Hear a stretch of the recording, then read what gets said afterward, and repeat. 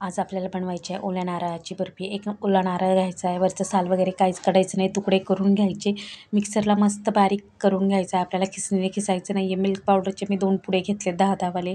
1 चमचा तूप घालायचं, त्याच्यामध्ये नारळ खवलेला घालून घ्यायचं. छान पाणी त्यातलं आटेपर्यंत 5-1 मिनटंच फक्त परतून घ्यायचं आपल्याला बारीक गॅसवर तुपावर.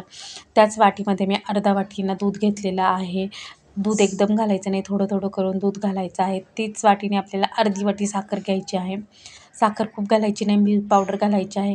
नारळ फोडल्यावर लगेच बर्फी आपल्याला करायची नाही, फ्रीजमध्ये ठेवायचा, म्हणजे त्यातलं सगळं पाणी जे आहे ते कमी होतं आणि ना कोरडा असा नारळ होतो. खवून घ्या, मिक्सरला बारीक करून घ्या.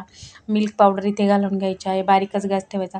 बघू शकता आपण आधी दूध घातलेलं आहे आणि मग साखर घातली तर पाणी जास्त सुटलेलं नाही आहे. त्याच्यापेक्षाही नारळ मी फ्रीजमध्ये ठेवलं तर त्याच्यामुळे आणखीन पाणी खूप कमी झालेलं आहे. छान सगळं मिक्स करून घ्यायचं. प्लेटला तूप लावून घ्यायचं. तूप आधीच लावायचं, लगेच थापून घ्यायचं आहे. बिलकुल चिकट वगैरे होत नाही, दाताला चिटकत नाही, काहीच होत नाही. एका डब्याच्या किंवा फुलपत्र्याच्या साह्याने असं छान थापून घ्या. 5-10 मिनटं ठेवायचे, लगेच आपली वडी सेट होते. खूप वेळ असा लागत आहे. फ्रीजमध्ये बिलकुल ठेवायची नाही, ओली ओली होते, मग चिकट होते, ती दाताला चिटकते. छान अशा वड्या अशा थंड झाल्यावर तर खूप अशा खुसखुशीत होतात. तोंडात टाकताच अशी वडी विरघळते.